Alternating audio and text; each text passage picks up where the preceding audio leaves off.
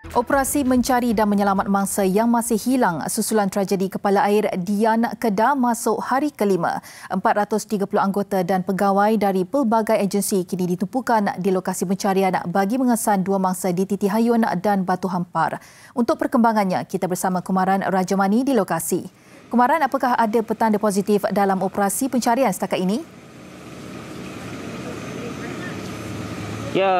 Nur, seketika ini saya sedang berada, kalau anda dapat lihat, di bawah Gunung Jerai, dan di sinilah lokasi di mana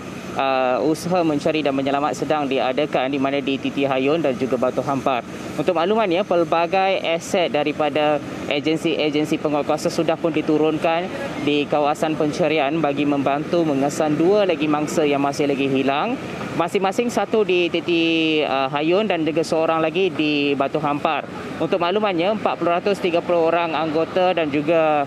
pegawai yang terdiri daripada pelbagai agensi ini telah pun dilengkapkan dengan kemudahan seperti helikopter, bot marine dan juga APMM bagi membantu mereka untuk mengesan mangsa-mangsa yang hilang ini.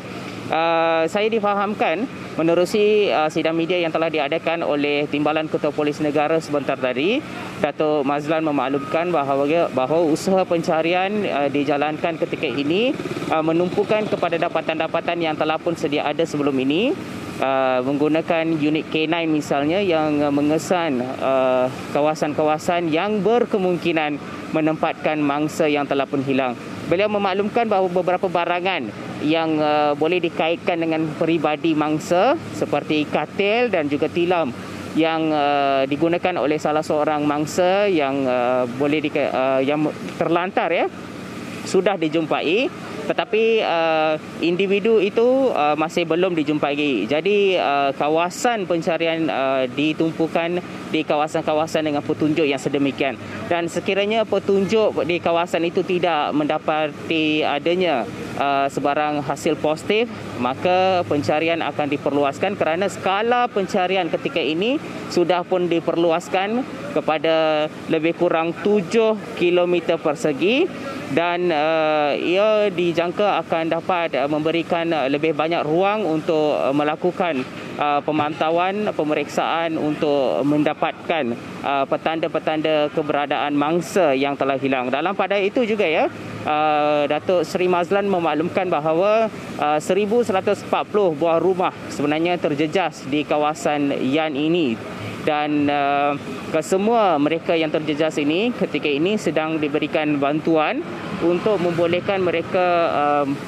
dapat kembali pulih kehidupan mereka. Dan selaras dengan itu, sukarelawan-sukarelawan yang tiba di Yan ini sejak beberapa hari lalu untuk menghulurkan bantuan dinasihatkan untuk berhubung dengan pusat kawalan bencana, operasi bencana di daerah Yan ini bagi memastikan tidak ada pertindihan yang tidak tepat atau sesuai barangan ataupun perkhidmatan yang mereka bawa. Saya difahamkan bahawa ada sumbangan yang telah datang dari Kuala Lumpur dan juga Selangor, dan beliau telah menasihatkan untuk semua sumbangan ini terus dibawa ke PKOB bagi membolehkan pemusatan perkhidmatan bantuan kepada mereka yang terjejas di sini, dan untuk mengelakkan sebarang pelanggaran prosedur operasi standard SOP yang telah pun ditetapkan, memandangkan kawasan di Yan ini masih lagi di bawah kategori zon merah COVID-19,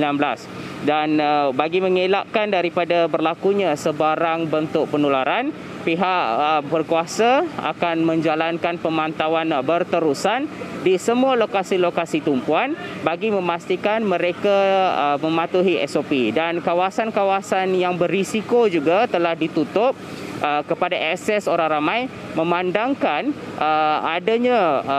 tindakan daripada penduduk kampung dan juga orang luar yang sebenarnya berkumpul di sekitar kawasan yang terjejas untuk tujuan mengambil gambar dan sebagainya. Jadi untuk mengelakkan daripada perhimpunan mereka, usaha penutupan kawasan telah pun dijalankan. Dan dalam pada itu juga, telah dimaklumkan kepada kami bahawa Yang Amat Berhormat Perdana Menteri Datuk Seri Ismail Sabri Yaakob dijadualkan untuk berada di negeri Kedah esok, masing-masing di Merbuk dan Yan, untuk meninjau dan melihat sendiri keadaan yang dihadapi oleh mangsa-mangsa yang terjejas dengan fenomena kepala air di dua lokasi ini, dan beliau dijangka tiba di negeri Kedah pada jam 10 pagi esok. Saya kira itu perkembangan semasa langsung dari Yan, Nur. Baik, terima kasih rakan setugas Kumaran di Yan Kedah.